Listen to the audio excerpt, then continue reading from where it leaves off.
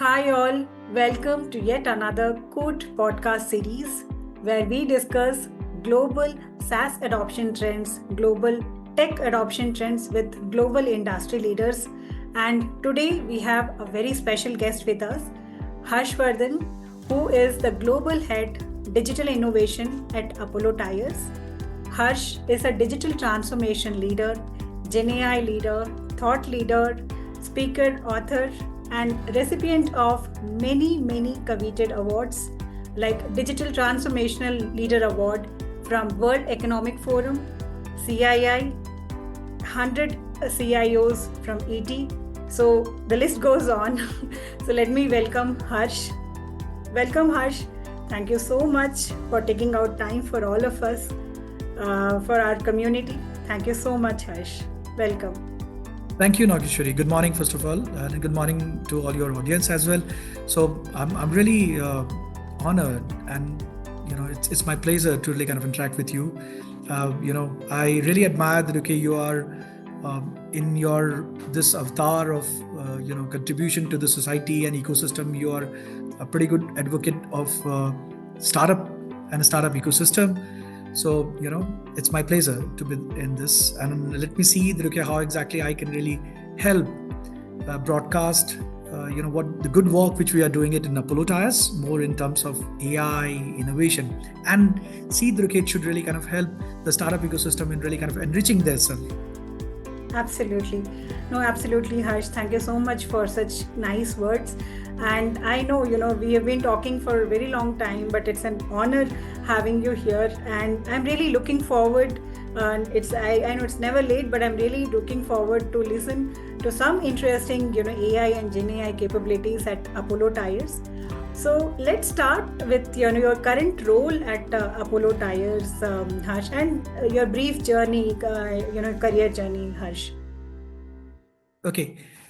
So what I'll do, I'll start more in the sense that I'll go in a reverse chronology fashion, and first let me start and talking about what am I doing in Apollo Tyres, right? Yeah. So I am a global head of digital innovation in Apollo Tyres. My responsibility, if you see it in a very simpler word, is to really help solve complex business and transformation problems through the AI-led digital technologies across the entire business value ecosystem of Apollo Tyres.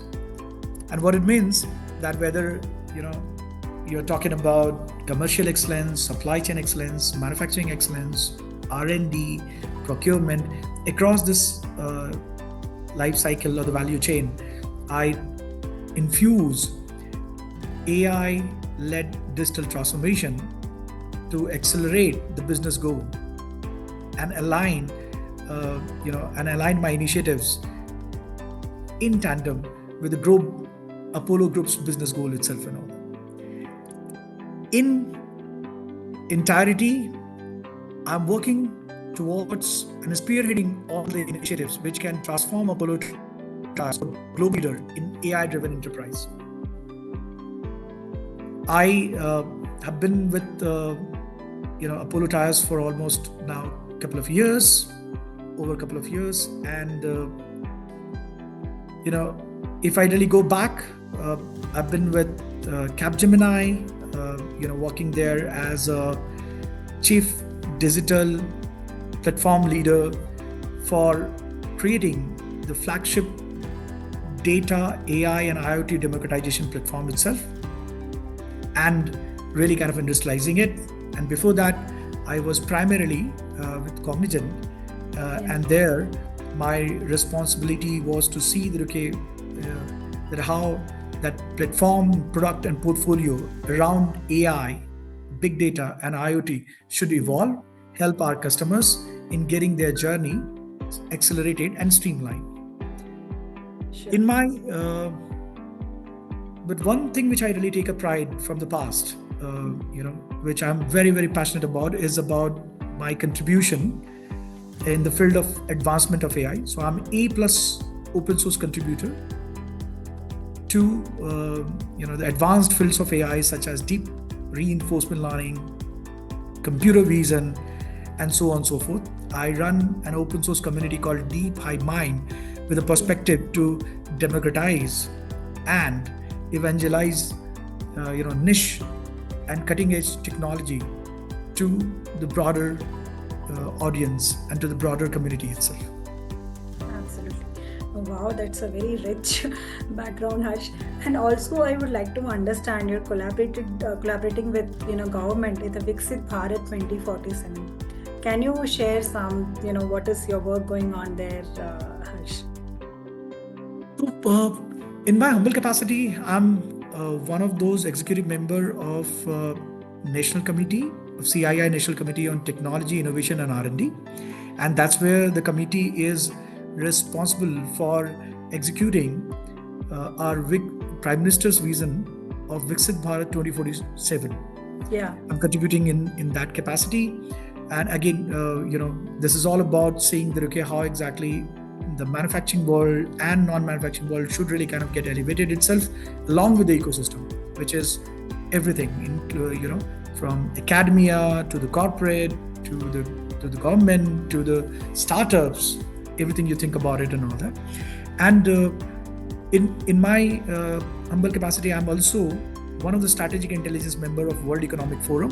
Yeah. Dedicated for supporting all these Industry 4.0, 5.0 kind of initiative.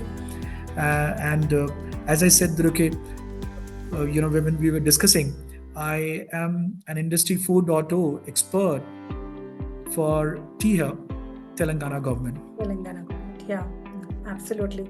It's an honor having you here, Harsh.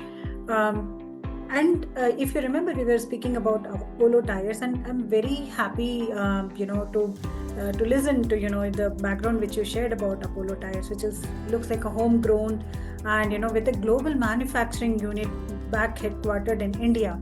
So if you could share some of the current, and it also has acquired some of the companies in the Europe, predestined, which you mentioned. So some, brief, the current advancements which is happening at Apollo Tyres, Harsh. Sure.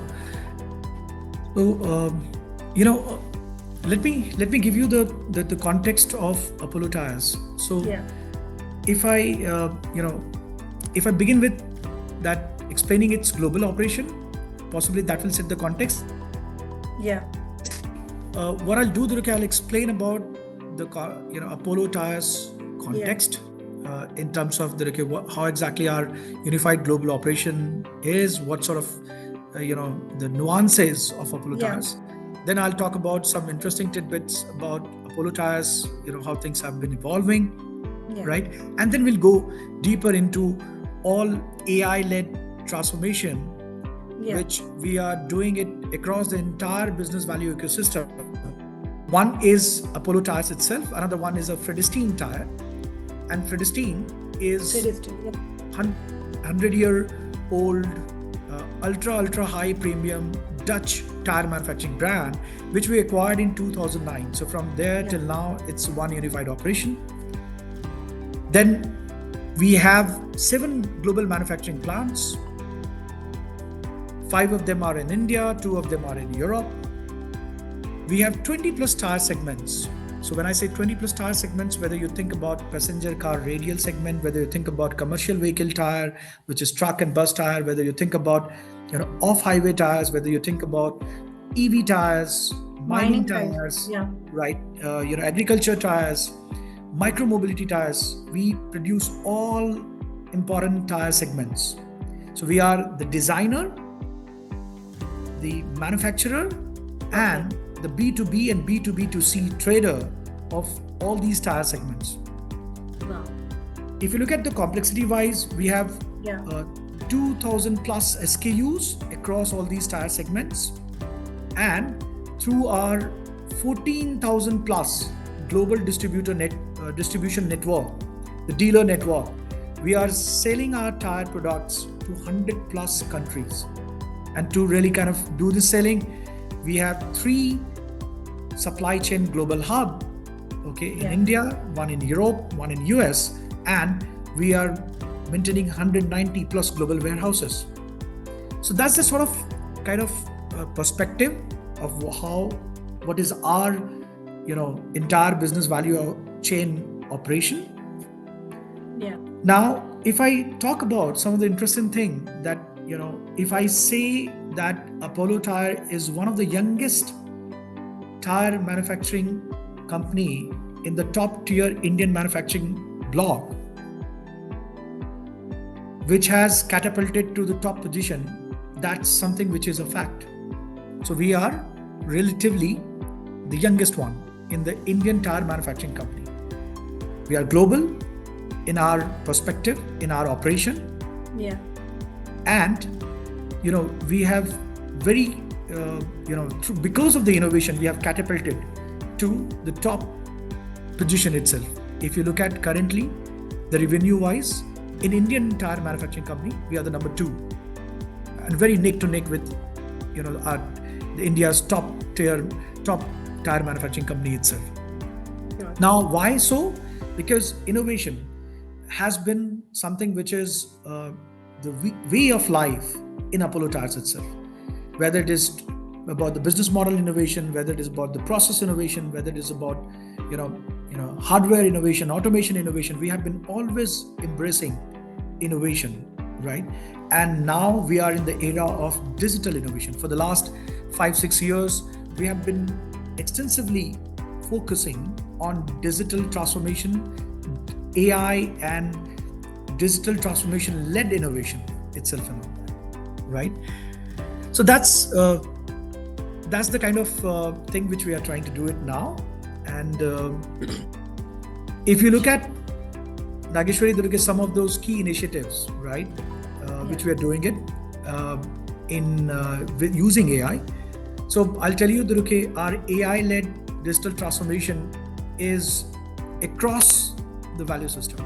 We are using varied kind of AI technologies, whether these are descriptive AI, diagnostic AI, or let's say predictive AI, or prescriptive AI, or a cognitive AI, or generative AI. We have been using all of these sort of AI in Apollo landscape to accelerate our business goal in across the value chain itself and all that. We are using generative AI for our commercial excellences. We are using generative AI for supply chain excellence. We are extensively using generative AI and agentic AI system in the manufacturing itself, which is indeed one of the very I would say a complex area because here that the virtual world, the AI world meets the physical world. Not every day, not every hour, but rather every moment, right? So all these AI ecosystems have to really kind of interact with the machines or the PLCs or the SCADA, the HMIs, those autonomous robots, and so on and so forth and all that, right? So we have been really kind of industrializing AI across the spectrum itself and all that, in R&D and the procurement and all that. Sure. No, well, I mean, it is bombarding so many questions, your introduction, Harsh. So everyone is using AI. So let me put this analogy, right? If a tire is an AI, right, and your vehicle is on the road, so on which stage it is? I know it is beyond, accelerating. So are you in the accelerating stage, or you're cruising well, or you're just testing the tire pressure, Harsh? Wow, what a nice analogy there.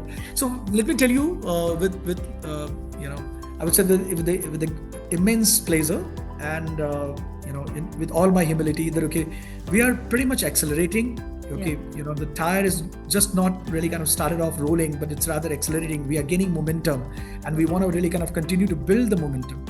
I'll tell you something very interesting. As I said, our digital transformation journey has started almost like 5 years back. The whole idea, extensive digital transformation journey has started 5 years back. So our idea of AI is more of an overarching theme, which encapsulates data transformation, which encapsulates cloud, IoT, and on the top of digital twin, on the top of it, then all sorts of AI to really kind of unlock the data-driven decision making and Yeah. analytics driven guiding light to the business itself. Sure. If you see it, what we have repivoted currently, Yeah. currently when I say that, okay, almost like 1.5 year back, that we now believe that the business transformation should not be done by the IT in a traditional transformative way, Okay. which is, more of a, I would say that, okay, elemental way of really doing the transformation. But what we believe fundamentally is that, okay, that the transformation, the business transformation should be more of autonomous, conscious.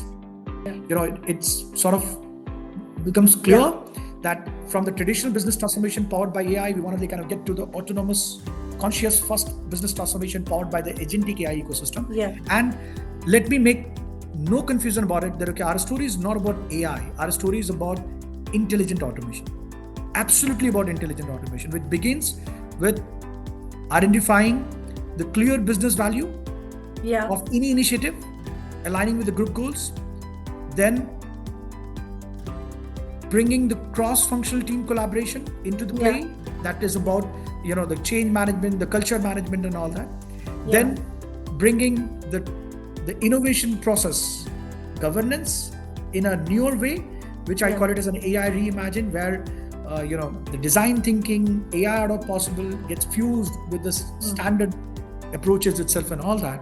And then certainly powering by the technology, all of these transformative technology.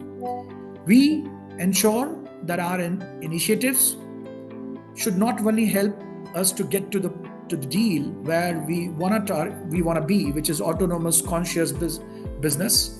Yeah. But we also want to ensure that all our initiative, if it is rightly conceptualized, if it's not conceptualized in a piecemeal, fragmented approach, Yeah. if it's globally conceptualized, then it should take us to the right ROI to improve not only the top line but also improve the EBITDA as well.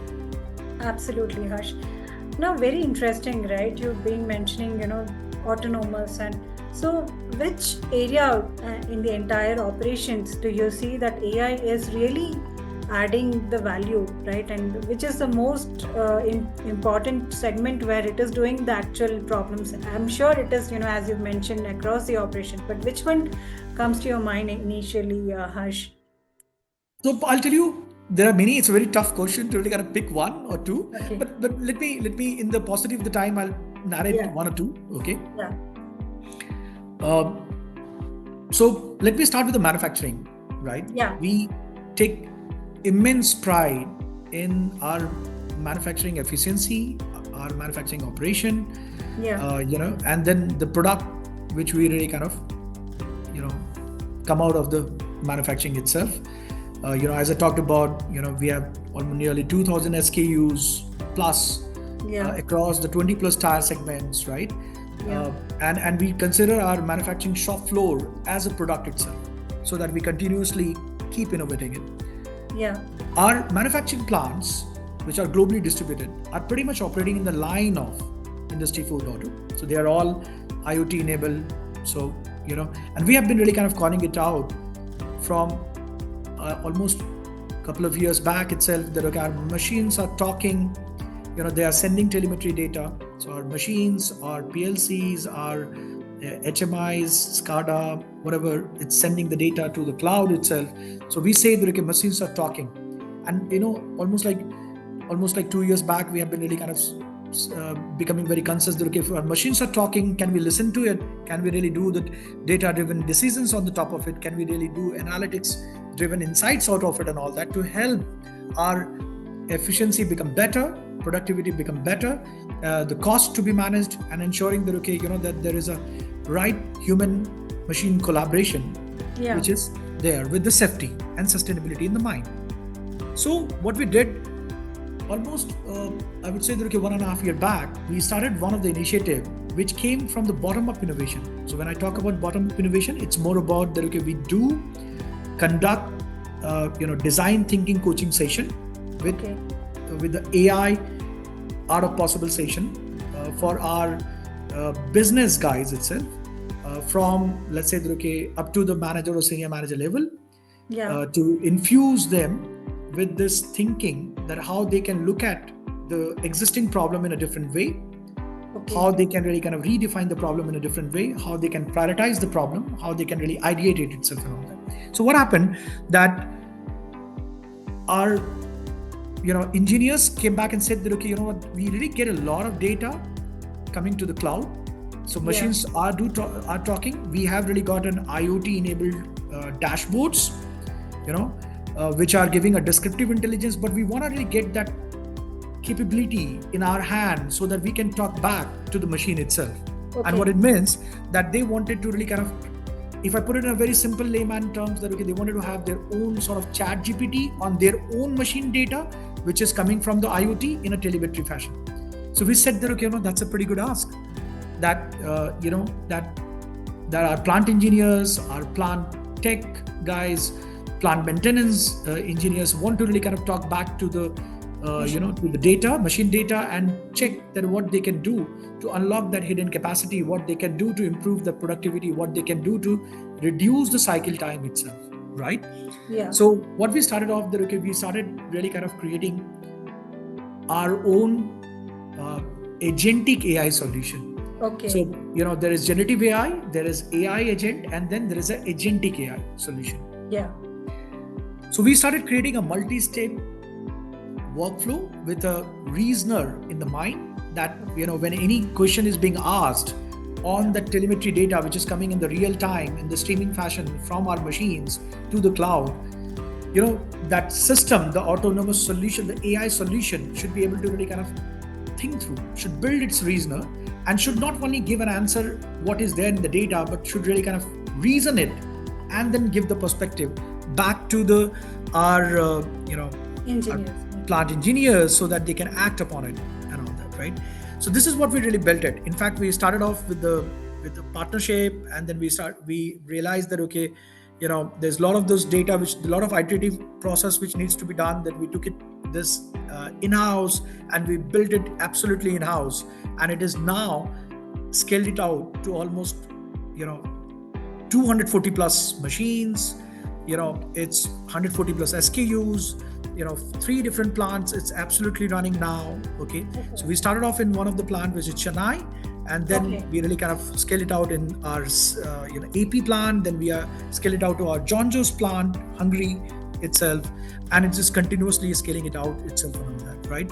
And that's something, what I feel, what I take pride in it, that this was an idea which came from the bottom up innovation. It's not like a top down thinking. Yeah. It's our own, go-to persons from the plant engineering team had really conceptualized it. They came back with this ask, and then, I'm very proud of my team, my AI architects, my data scientists, who took this challenge and said that yes, we will really kind of work together with a cross-functional team and make this a reality.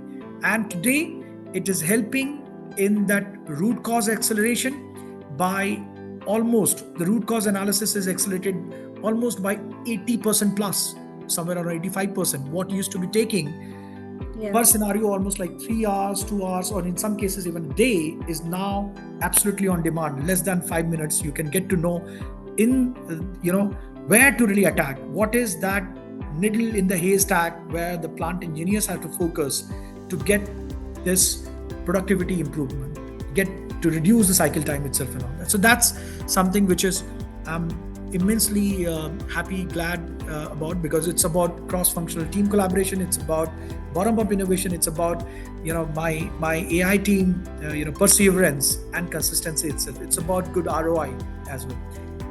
Absolutely.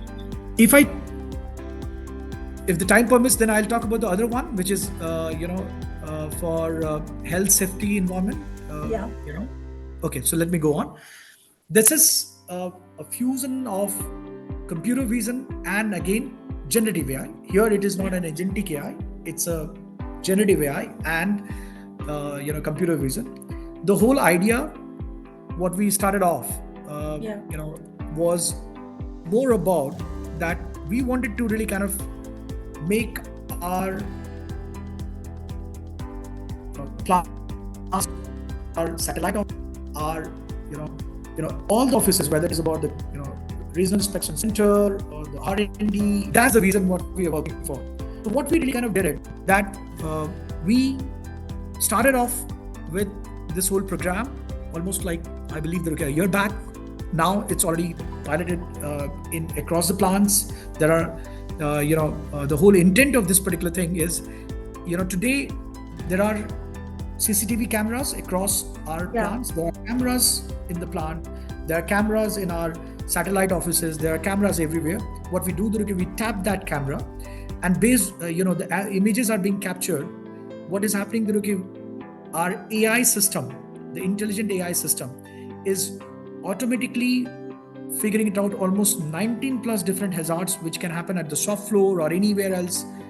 It just doesn't only identify, it also really kind of classify that what sort of hazard it is. It can be fire hazard, it can be waste element hazard, it can be PPE hazard, it can be chemical hazard, it can be electrical hazard, it can be very many kind of hazard.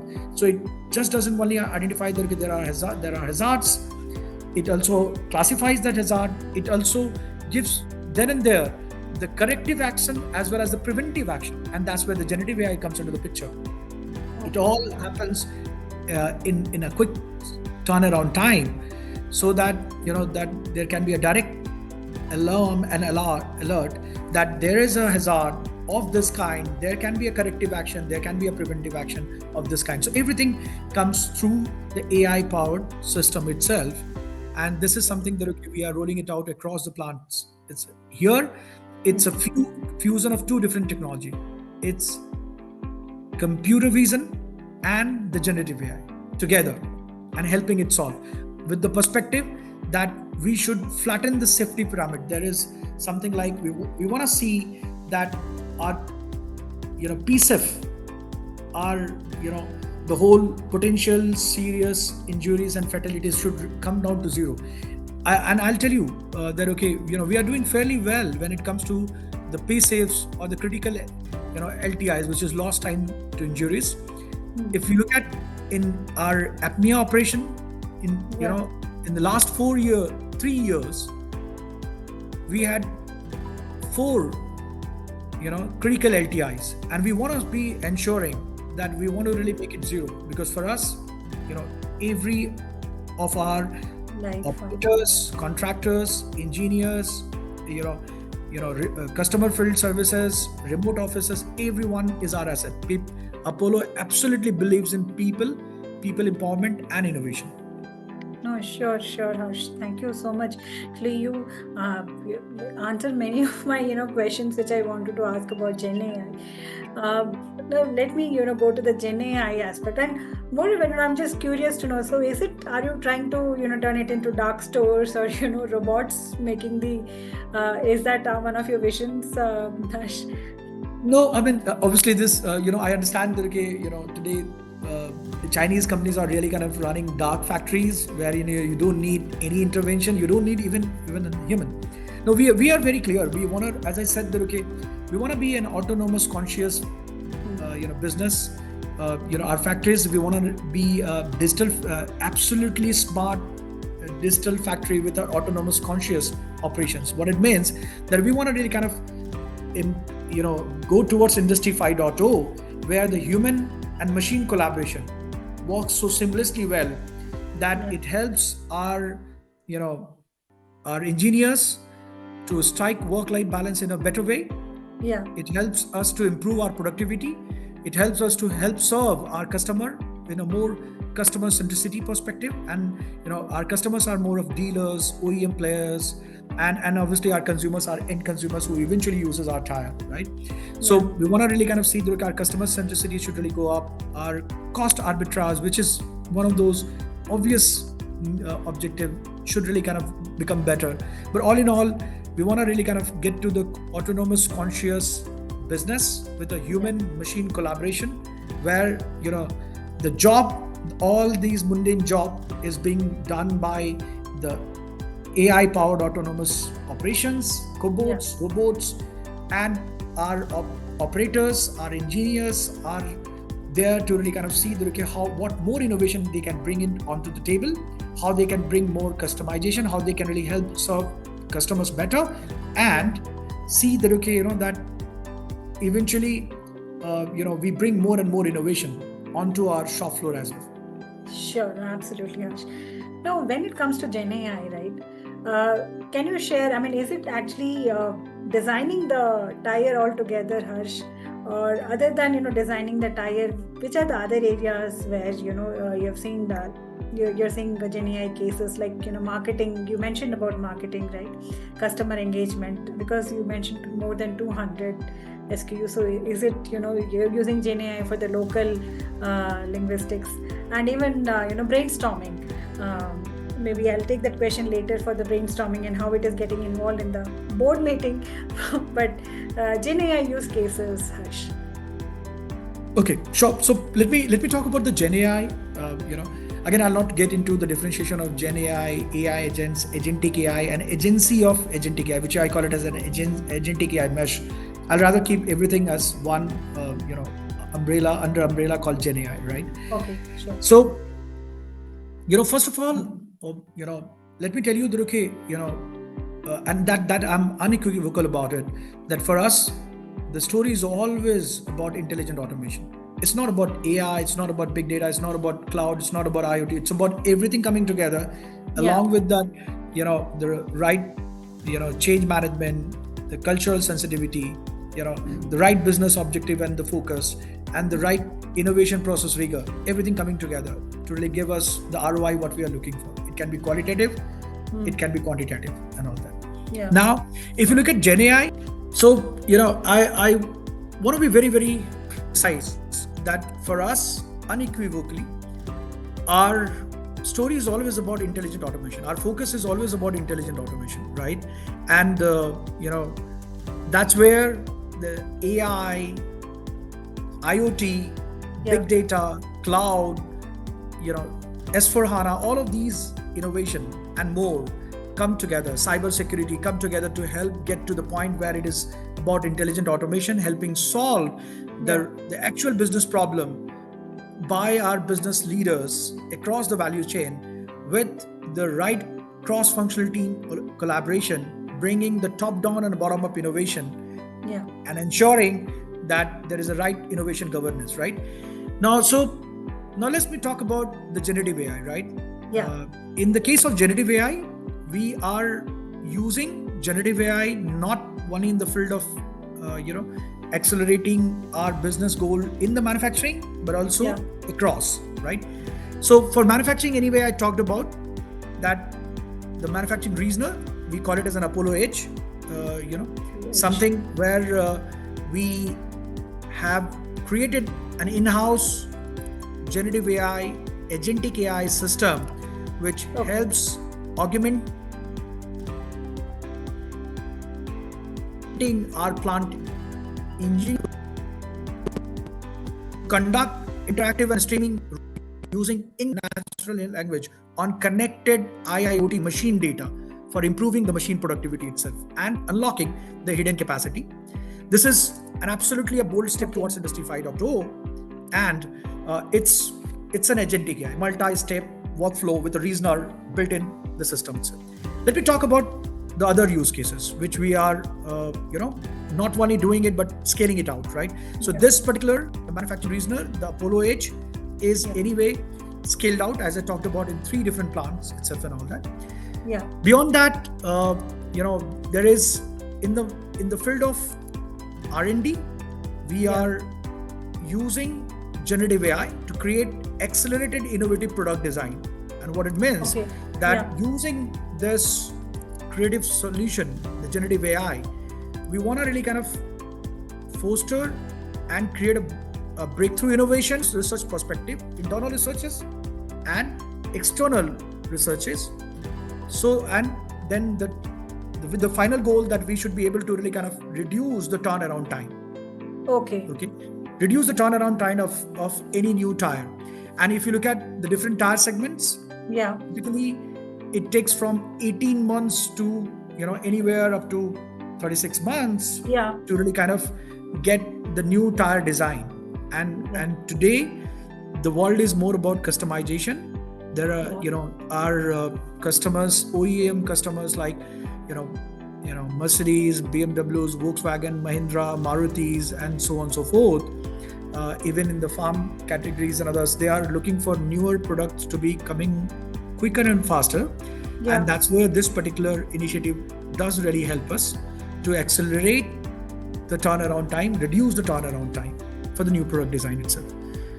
Okay. Beyond this, sorry, you wanted to ask something? No, just out of overall, how much turnaround time has been reduced after the implementation? It as I said, it depends. So Okay. if you look at the different segments, we have been able to reduce in some cases so far, by 5 to 6 months and all that. We are still, as of now, maturing this particular system itself and all that. And then what we are trying to see, how we can really templatize this whole thing and scale it out across the tire segments. Yeah. We are still in that particular process itself. Absolutely. Now you'll go on. Sorry. You complete, Harsh. Okay. Similarly, we are. I talked about one of the case which was a fusion of the computer vision and generative AI to help create a safer work environment. Yeah. For our all our plants and remote offices itself.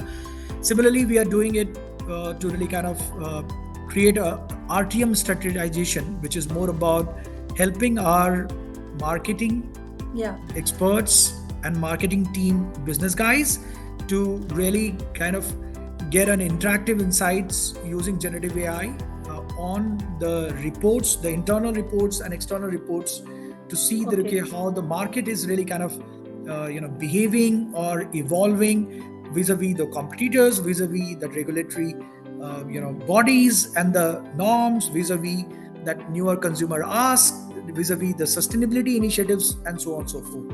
So like this, we are running 6 different, I would say, the major initiative.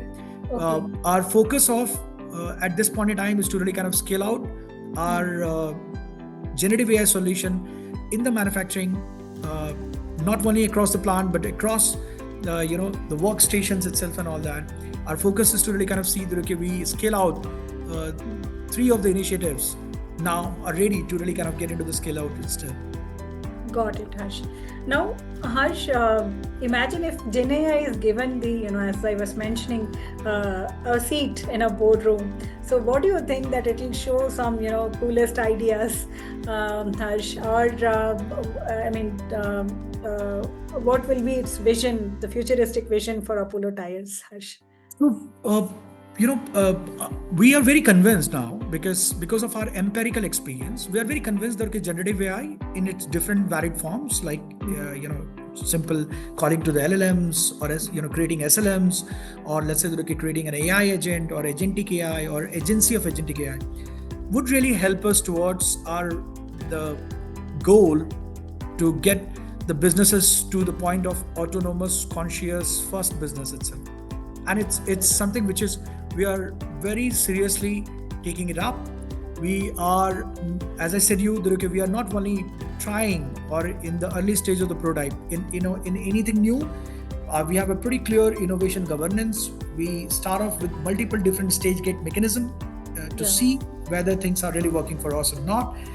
From the start, then there is a when you say that conceptualization or ideation of the concept or the business concept powered by any sort of technology, then we really get into the prototype, then we get into the POC, then we get into the pilot, then we get into the go live, then we get into the scale out sort of stuff. And we are seeing and experiencing that in some of those cases which I talked about, right?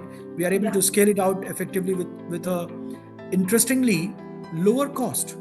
So our ROI has also improved. It has not only really brought our vision closer to us of really creating an autonomous system with a very good synergy between human and machine collaboration. It's not only has helped us to really kind of accelerate our the turnaround time for those innovation. It is also ensuring that we are really getting our things done at a lower cost. So that's a very interesting thing. So based on this empirical analysis, we have, as I said, repivoted our approach. We want to be really kind of using the different kinds of generative AI and other digital technologies in unison, in confluence to help our business become more autonomous and conscious. Now, what would be if GenAI is a magical wand, right? What would be that one problem that currently you're facing and you want to solve it with GenAI, Harsh?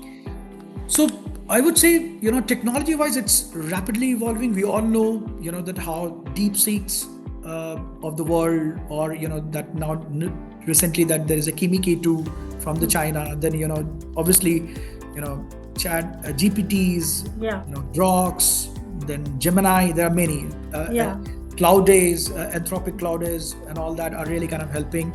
And there are newer players which are coming up with a lot of those large LLMs and all that. Technology is rapidly growing. We also know that that whatever the current state and the maturity of the generative AI is, it's still pretty much primitive as per those industry stalwarts and the leaders like Sam Altman and all that. We are still yet to reach that the full capability, the AGI capability of the generative AI itself. So very soon it will get to a very different transformative fashion itself and all that. But we are very sure that there is a huge economic potential in the generative AI, which we are experiencing it by engaging, embracing, and industrializing at scale, at speed, at ROI for in our own businesses itself and all that. So generative AI is something which is very, very key, and that really plays a role not in one area but across the area. So I would consider this to be like a salt towards your business goal. If you're cooking any business goal, you need salt, and that's the salt which it is. And it is more of a, I would rather say that it's more of a catalyzing agent. You embrace it correctly with the correct governance, with the correct cybersecurity in the place, the correct, the ethical governance committee in the place, with the correct sort of technology adoption and culture sensitivity or culture innovation in the place. You have tremendous economic potential of generative AI to transform the entire business value chain itself. No, maybe, from some of the leaders, they mentioned about the data, the quality of the data, right? Is that the similar problem that you're facing? Okay, yeah. So sorry, you talked about, the problems. So I'll tell you, any AI under that overarching umbrella of the AI, any AI is as good as data, right? So when I talk about the data is certainly that, it has to have the right quality of the data. It has to have the right metadata governance. It has to have the right sort of, I would say that, veracity of the data, right? Then the AI engine would be able to kind of really transform it. However, I would say that technology itself is evolving so rapidly with agentic AI and generative AI that you can handle to certain extent those data veracity problem by creating an artificial data, synthetic data, using generative AI on your good data to power your AI engine. So we see that the data problem is anyway fundamental, right? So you typically say that data is the oil and AI is the combustion engine, right? So when you put this oil into that combustion engine, that's where you really get the energy, the insights to really kind of propel further, right? But I see that a lot of those data fallacies, a lot of those data veracity problem can also be handled, and we are handling it using agentic AI. The biggest problem I see it with the ecosystem. I see that that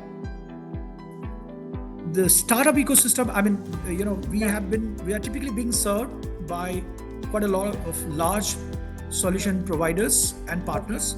We are being served and we are being helped in our journey by universities.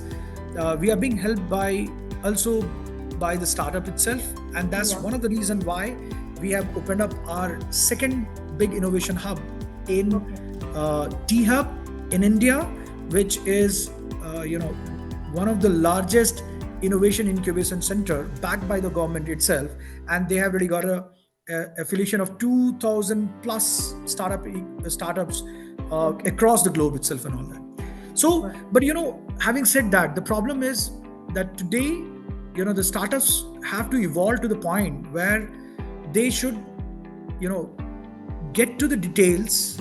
They should come up with a perspective where it's just not about quickly uh, gaining the business, but rather really kind of walking the miles with the customer itself, getting into the business. Any transformation is all about business, transforming the business to help it become more customer centric, right? Yeah. So they need to really kind of invest that energy and the patience to understand that, to understand our business challenges. We do our bit to really help them, become more sensitive towards that. They need to really kind of then see that, they should not look for a very quick, ROI with our engagement. Typically Apollo believes in the, investing in the ecosystem. What we do, when there is a, good outcome which comes because of the partnership, we continue to invest again and again and again, and we see that not only we grow, but our ecosystem and our partners ecosystem should also really evolve. But I see that there is a tendency somewhere with some of those players who are there in this generative AI. They try to really kind of oversell it. They create a hype, overhype generative AI.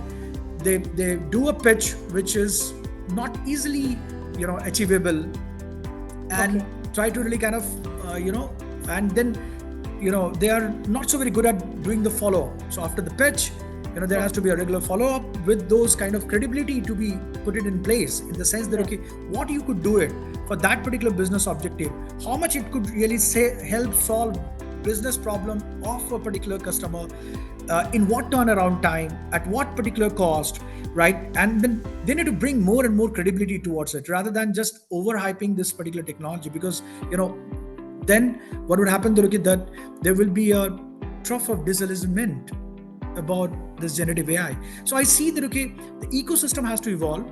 I see that that a lot of those partner ecosystem has to come in the place wherein it can help get this generative AI, agentic AI adoption at scale, at speed, at ROI seamless for the customer, and make it beneficial and beautiful and elegant for our partners as well. Absolutely. Shifting the gears, Harsh, because this was I wanted to ask later, but because you opened up about the partnerships. Now, initially, how can you walk me through, at what stage do you think, as a team, that we may require an external help in this area, and if yes, how does the ball flows in the org structure? Is it the team which needs to take the decision? And is it that the partner or the startup is asked to give the POC? Some of the red flags you've already shared, but on what metrics do you evaluate these proposals, Harsh? Sure. So I would say that, again, circling back to the point that our story is always about intelligent automation to help businesses get to their objective and become more customer centric. So how exactly it happens? What we do, that everything starts with a clearly identified business goal, right? So what we do, there is an annual planning, there is a continuous planning which goes on, there is a top-down and a bottom-up idea exploration which continues to happen throughout the year as well. Now, across this, the clear thing is that we want to really kind of see that there is a clearly identified business value, business goal to a particular initiative or the transformation initiative, which is not a piecemeal or fractional perspective, but that more of a global perspective of transformation. Like, say, if some transformation is needed for one particular SKU or one particular machine, then why not to do it for all the SKU? Why not to do it for all the machines? Why not to do it for all the different production lines? Why not to really kind of do it for all the manufacturing plants itself and all that, like this, right? So we try to see that we have a clear business goal. Then obviously we see that there is a clear KPIs, the target benefits which are identified there. That what KPI, it can be qualitative and it can be quantitative. That what KPIs we want to hit it with a clear perspective that what is the current status of those KPIs? What is the baseline status should be for that KPIs, and what should be the target status of the KPI which we want to hit to, right? And then with all these agile governance, what we do, we start engaging partners. How do we engage partners? Obviously, there are, as I said, there are annual plannings. We really kind of get our budgets, okay, capex and opex budgets, right, in the annual planning. And then what we try to do, that okay, those budget, what we try to do, that we try to really kind of invest it in our partner ecosystem, in our procurements throughout the year itself, aligning with those business goals transformation. Now, how do we really kind of get to the startup, right? So if I help you recollect, I said that okay, we have started off our another digital innovation hub. One was already there in London. We started 1.5 year or 2 year back in Hyderabad with in T-Hub in alignment with the government of Telangana itself. There, the whole perspective was that okay, we would really kind of bring open innovation. Okay. By bringing startup ecosystem to help solve our problem. So if you look at, I and my team is just not responsible for AI industrialization at speed, at scale, at ROI. We're also responsible for, bringing open innovation into the Apollo business ecosystem, particularly startups itself, to help see that these kind of niche technology-driven business objectives are getting delivered in an accelerated fashion. So, typically coming back to the point that how exactly this whole capex, opex, and then the startup selection decision takes place. There are different teams. There are AI architects. There are AI program managers. There are AI senior professionals and digital transformation heads, divisional heads, who really kind of take a call, right? That this particular business objective has to be picked up by, or has to be done more in the collaboration, which partner they float it. Typically, if I give you an example for those AI experts or digital transformation experts who are based out of Hyderabad and trying to do this whole business transformation using AI and digital transformation, they reach out typically to the our cloud partner networks like AWS partner network and other partner networks. They reach out to T-Hub to really kind of broadcast it to the entire ecosystem of the T-Hub itself, which is global, worldwide. So what they do, they really kind of run those innovation challenge for us. They broadcast it to across the globe to their startup ecosystem. What they do, they pitch the startups do pitch with their own innovative solution to help solve that nth fraction of the problem. And then our AI experts, our digital experts really look at, see that what is the merit of that particular proposition. And some cases we also go with pretty much like a very structured approaches like RFI, RFQ and sort of stuff and all that. Right? So there are very many ways, and it's pretty much like a decentralized way of really facilitating the innovation within Apollo and bringing open innovation to help solve our business problems in an accelerated fashion. Oh, absolutely, Harsh. Maybe I will put the link of the T-Hub is in Telangana, right? Yes. So in India, how many such T-Hubs are there, Harsh? See, it's a pretty good concept which is being now replicated by almost all the states, right? So if you look at, most of the states are really kind of coming up with their own sort of this kind of innovation incubation center itself and all that. Many of them are pretty much operational. Some of them are pretty much in a good state itself and all that. Along with that, even plug and play sort of innovation players are also there, which are globally known. They have also have their operation in India. And again, when it comes to the innovation, whether it is automation, hardware innovation, sensors innovation, robotic innovation, 3D manufacturing innovation, or whatever innovation, or digital innovation, today in India the ecosystem is mushrooming. That's a good thing, and that's what we need to really be really happy. And then we should be we as a corporate should be tapping this innovation.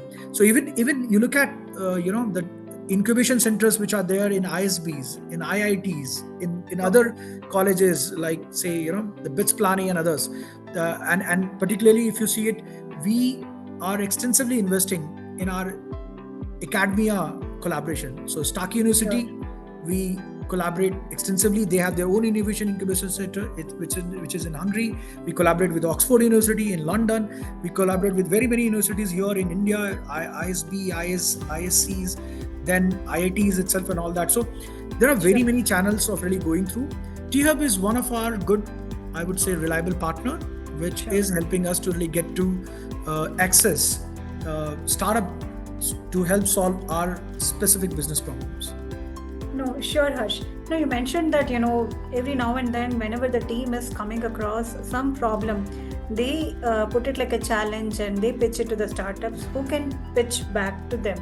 Now, how do a startup know about this? Is it continuously communicated in your social media or in your website, or what we do, Durke, we to really kind of centralize this all. Let's say, Durke, I gave you one example of T-Hub running that innovation challenge. Yeah. So we club innovation challenges. We hand it over to the T-Hub. T-Hub runs this innovation challenge for us. They have their, they really open it up in the portal. They really kind of they have their own broadcasting mechanism. We also reach out to, let's say, our one of the most prominent cloud partner. Our partner in our success journey, AWS itself. You mentioned that, yeah. So we reach out to them. They bring in a lot of those partners. They bring their own vetting. So when AWS is bringing, they have really got an extensive partner network. Which is really, really good, very deep.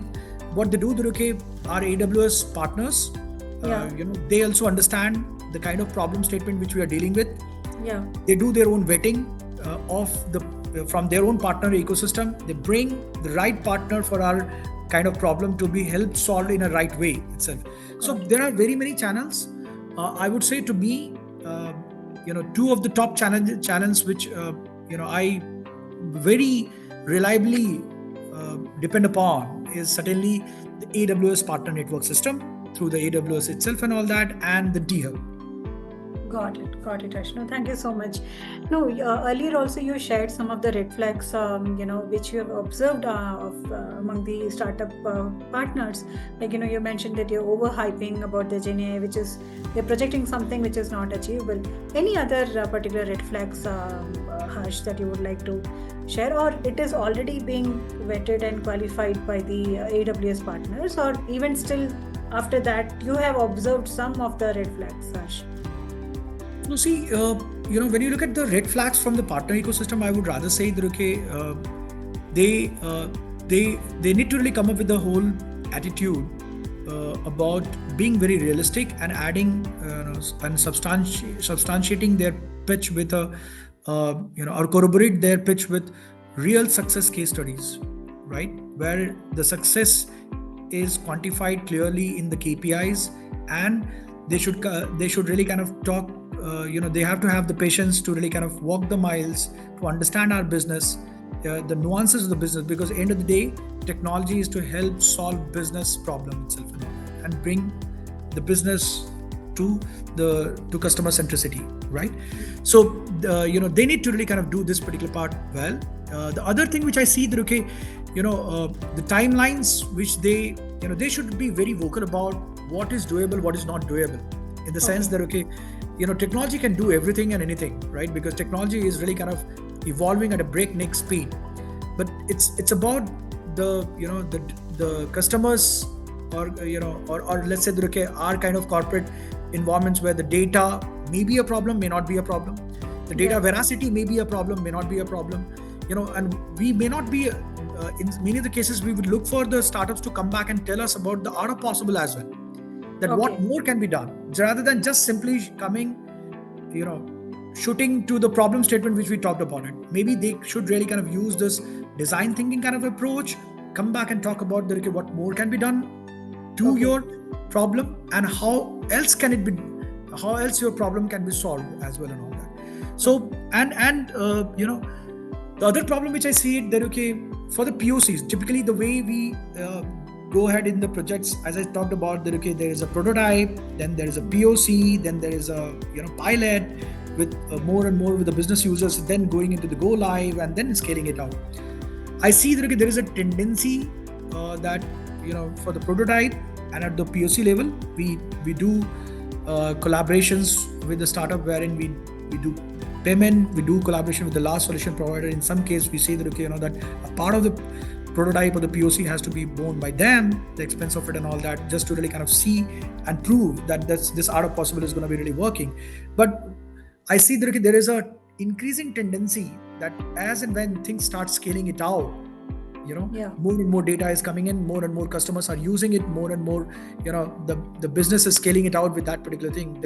The way that whole charges are getting unfolded on us is becoming sort of I would say unviable for us, because we need to see that with the target benefit there is and then with the expense to really kind of get that target benefit, we still have to have some sort of ROI to the business initiative itself and all that. Absolutely, Harsh.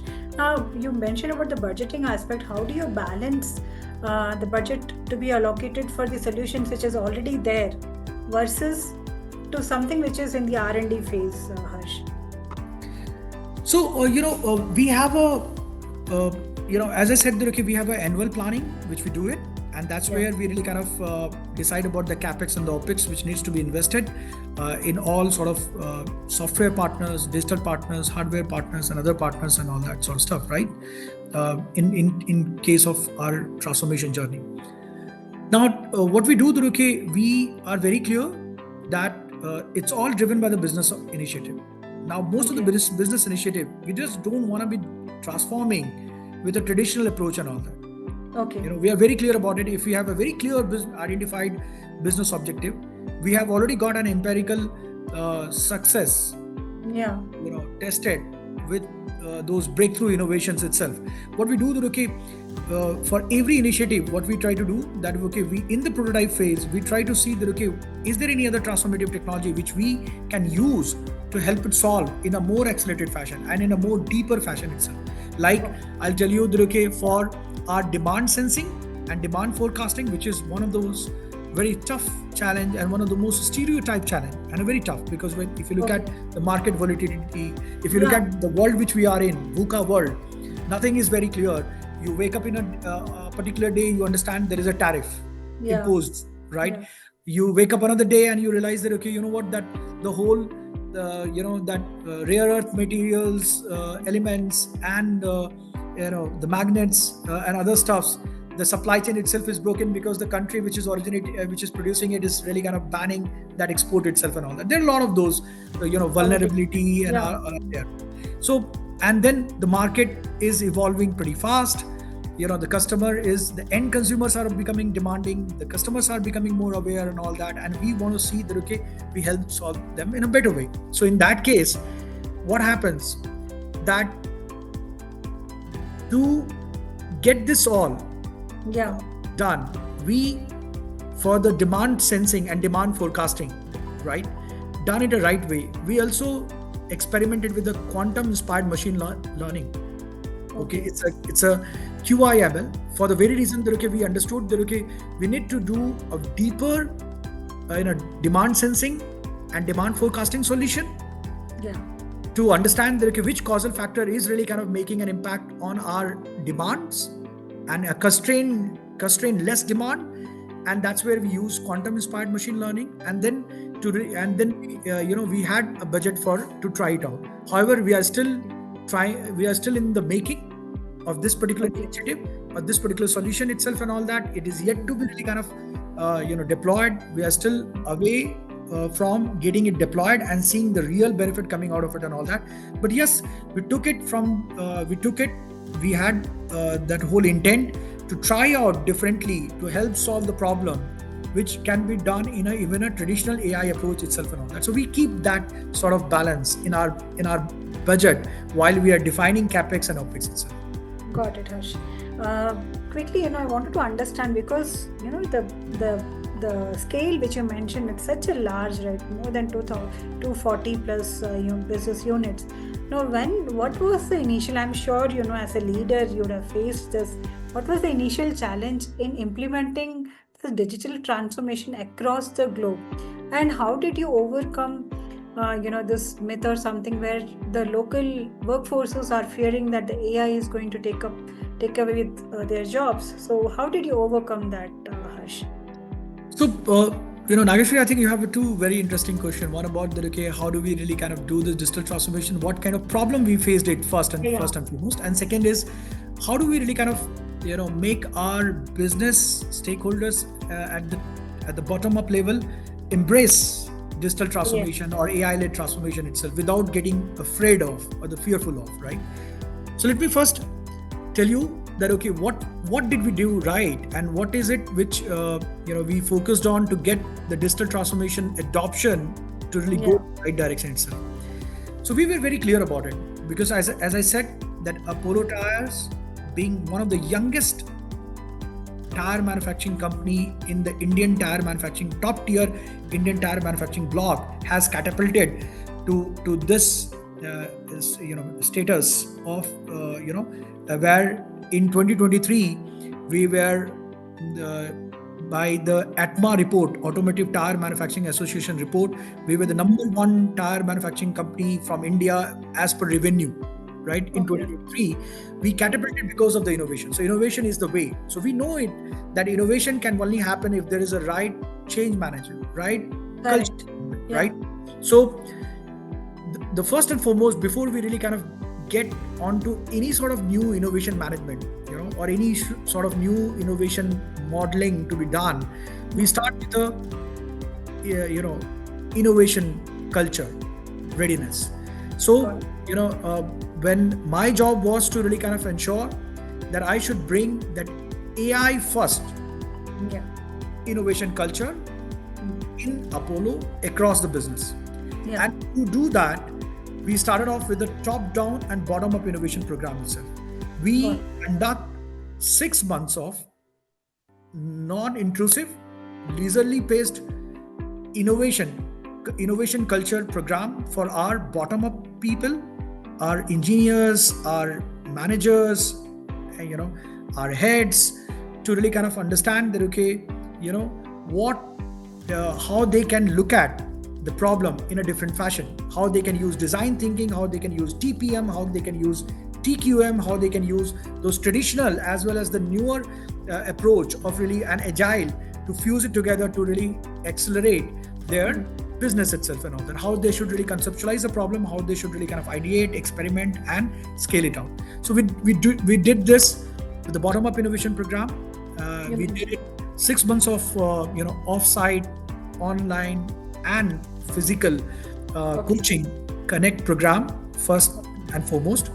Then what we did that okay, we built our team in a way which whether it is in our digital innovation hub in London or digital innovation hub in Hyderabad or across the different businesses, those digital transformation people who are stationed, we built the team in a way which has the very good understanding of the business nuances, good understanding of I would say fairly good understanding of the business nuances, fairly good understanding of the technology, fairly good understanding of the architecture constructs, fairly good understanding of that okay, how cost operations has to be managed, fairly good understanding about the okay, how to open up to the innovation ecosystem itself and all that, right? So this is what we really kind of did it, and that's where what we could do, that some of the real good innovation, because of such kind of team building, we could do it in-house,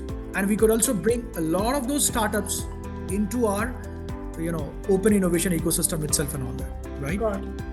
So these are the two things which we did it primarily well. We also really kind of brought in one centralized innovation management platform wherein across the board anybody can really pour their innovation ideas onto the centralized innovation management platform, can look at that okay, how exactly that idea is really kind of being picked up, where exactly it is getting evolved. If they want to really kind of contribute it, anybody can contribute to any other idea itself and all that. So there is a centralization, there is a decentralization is what we have done. We created a hub and spoke model to really see that okay, that innovation, digital innovation should be embraced, adopted, scaled out, and should really reflect in money in the book, right?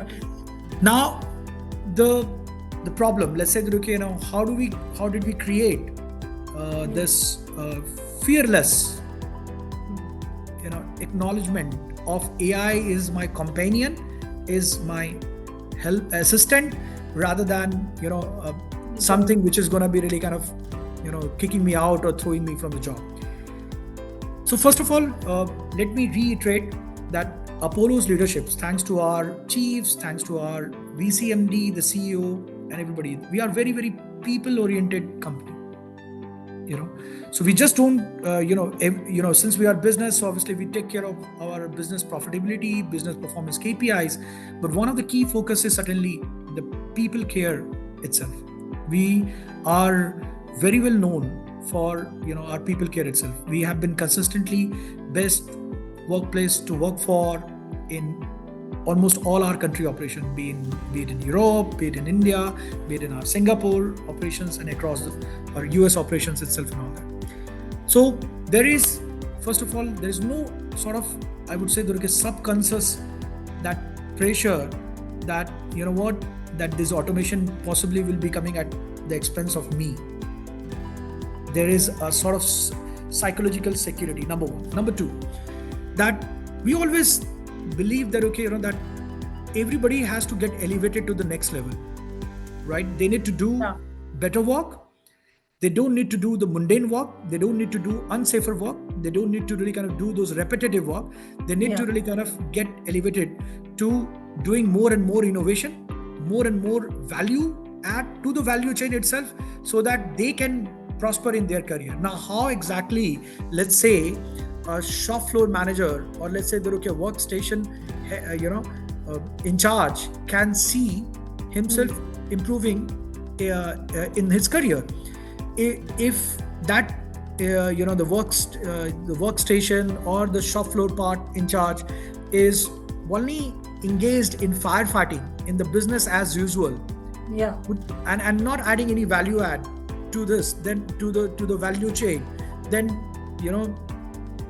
there's less likelihood of promotion. Now, this is something that we let them know first, that your KRS and your KPIs is just not to do the BAU, but to bring more value to the value chain itself and all that, to the place where you're working.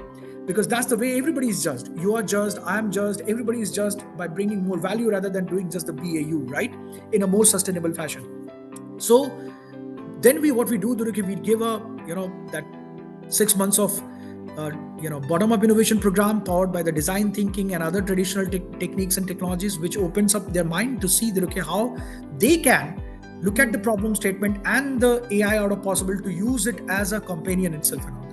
And then what we do, that when there is some automation which we are doing it because of, like say, robotic automation or 3D manufacturing or AI or autonomous operations and all that, we ensure that we grow in our business. And when we are growing in our business, we get more and more business.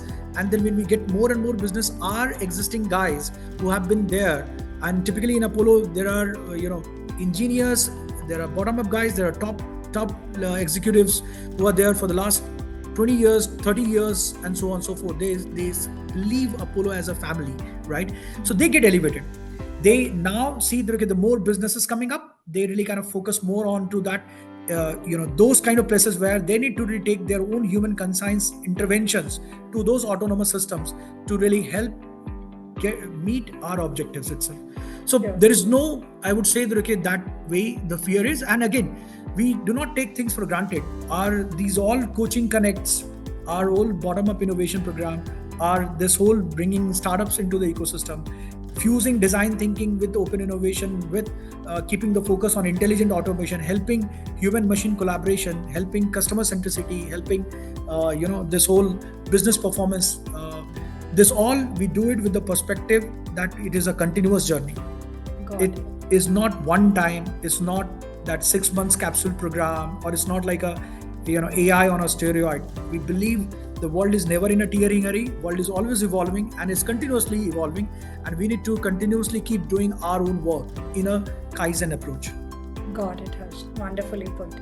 Harsh, now coming down, because it's a manufacturing, and this question I ask to all my guests who come from the manufacturing, what about the sustainability? Is it that the old tires are given the new life, or during the manufacturing itself, the green, it's given the green future for the tire, Harsh. So, sustainability, first of all, if you look at, we are pretty much aligned with UN SDG itself, United Nations of Sustainability Development Goal itself. We have been recently rewarded as with EcoVadis award itself. What it means that we are in the top 10% of sustainable manufacturing company in India, right? Sustainability is one of the key focus. We have a dedicated department for sustainability and corporate social responsibility itself, and it is being headed by Renika, who is the global head for the sustainability itself, and not only sustainability but our corporate social responsibility as well. So sustainability is core to our vision. We want to really kind of become carbon neutral. We want to really become we want to be very, very dependent upon our renewable energy. We have all these 6R of sustainability already baked in, and we are continuously evolving towards direction. We have our own standard vision aligning with 2030, 2050 and all that okay, how exactly, when exactly we will get to what particular maturity, and we are continuously working towards that. AI, ML, digital transformation is absolutely assisting in this journey itself. It's not only assisting, it's accelerating itself. I'll give you some of the examples, like say when you talk about sustainability, the larger umbrella is called ESG, environmental, social, governance. So if you look at environmental, that's where the water management, waste management, power management, and these kind of greenhouse gas emission cut down management is being focused on. We do a lot of initiatives to really kind of be compliant, to continuously evolve, and there are reasons why we have got sort of acknowledgements what we have got it, and giving us a very distinctive position itself and all that. If you look at then then social, we want to really kind of make our the whole workplace more safer. I talked about that how we are using generative AI to really make safety as a prominent play, not in a way that it's just prominent, but it's really kind of flattening the safety pyramid. So making a quantum jump in our objective, no PSAF at all, zero PSAF is what we are trying to look for it and all that. Similarly, if you look at in the governance, we have our ethical committee, our governance committee, which we are ensuring it that that ensures that not only that all the non-digital but also the digital and AI-led initiatives are governed with a explainable, responsible way itself and all that. Got it, Harsh. Got it. Now, I think we are coming to the end of the podcast. Second last question I want to ask: how do you, because you have multiple roles, Harsh, right? You are working with government, you're working with Apollo, you're an author. So how does your everyday routine looks like, and how do you upskill yourself, Harsh, on everyday basis? Okay, that's a pretty interesting question. Thanks for really asking it. So, I fundamentally believe that the world is all about socio-techno-functional challenge. If I can connect with this problem in a more social way, if I can really connect the problem more with a functional way, and then if I can connect with the problem and help it solve with the technology, then all the problems can be solved, right? So what I try to do that I spend my time the weekdays, even if I'm in the office or non-office, I connect with all this on these paradigms, right? I connect with the people, I connect with the young minds, I connect with let's say that in my whichever avatar, with more and more people interaction, right? So that gives me a lot of those energy, the I would rather say that shot in the arm to do something better. Like say my interaction with you, Nageshwari, is more to really see that how I get to know you better, how you should get to know me better, and then how together we can really help solve this socio-technology problem, right? The social problem of really kind of seeing that that startup ecosystem or the corporate should really kind of use more of this niche cutting edge technologies to, across their business value chain. So I keep interacting quite a lot.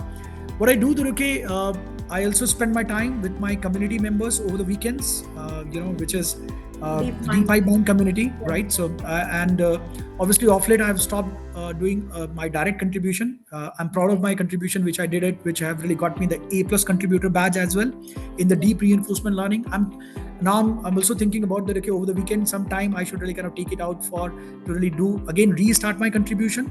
Okay. At the same time, what I do, Duruke, I spend my time, enjoying with my family, and I see, Duruke, that if you're enjoying everything, whatever you're doing it, then the time just flies by. Yeah. I mean, if you see, the way I'm talking with you, the way you are talking with me, we are not really, I don't think that we are keeping a tab on the time. We are just enjoying this conversation. Yeah. So if I'm enjoying the thing which I'm doing it, then I'll continue to do a lot of things, because everything is eventually the same socio-technology functional aspect, right? So that's the way to. No, absolutely, Harsh. Any particular book or video, audio book or a blog which you follow, Harsh? Oh, quite a lot. So quite a lot. Again, today, the good thing is like the knowledge dissemination is happening in very many ways. Yeah. It's just the knowledge I would not say that it's just knowledge dissemination or information dissemination. Even the wisdom dissemination is happening. Like look at, you go back and ask ChatGPTs or the perplexities and all that. They would really kind of do quite a good research. Yeah. With a lot of good corroborative, substantiative references, and give you the wisdom itself and all that, right? So I do keep surfing. I do keep looking for, and I induct a lot of those interns in my own department, and typically the young mind, the fresh minds are always unbridled, so they are, if you just really give them the right culture, right ecosystem where they can unleash their creativity, they will really kind of come back with a lot of those new innovative modalities and thinking ways to really innovate. So that's what I keep doing it. I read books, I interact with those the young minds, I exchange my thoughts with the brilliant minds around me, or wherever I get to really interact with them and all that. I keep surfing, GPTs, Chat GPTs, Perplexity, Grok, Gemini, and others. Got it. Same. No, I totally agree with your ChatGPT aspect. In fact, today morning itself, to my 6-year-old daughter, my husband was insisting that beyond Dr. Binocs, you need to, he was teaching her how to ask questions in the ChatGPT, and she was fascinated with that. So I totally agree. It is across the age group. And you'll see, soon your daughter would really kind of ask question in a way which you'll be like, oh, acha, is it the way I can ask question as well, right? Because they don't kind of keep any sort of limitation or horizon in their mind. They just go unbridled, right? No, absolutely, totally agree with you, Harsh. Finally, I think the last question, which I generally ask to all my guests, what is that one advice, Harsh, that you would like to give the aspiring startup founders or the aspiring enterprise leaders who look up to you, Harsh? So I would say that, okay, this is a pretty interesting time that everybody knows it. The way the technology is evolving, it is really kind of getting to that particular maturity where it can help solve many problems which the humankind and the industry is really facing it and all that. So I would rather suggest them to really kind of gear up, go in detail, become more nuanced, and always keep the customer centricity, always keep the I would say that, okay, the business centricity in their mind. So that's what it is. I mean, it's a pretty interesting time to be in technology. It's a pretty interesting time to be in business. It's a pretty interesting time wherein the barrier of getting into the business and becoming successful has come down, right? Because of these transformative technologies. Now you don't need to have a force of 2,000 people or 3 lakh people to do some sort of transformative transformation. You can do with quite at ease with the apt use of these technologies itself and all that, and it can create a business empire which is just 2-member, 3-member, 5-member team itself and all that.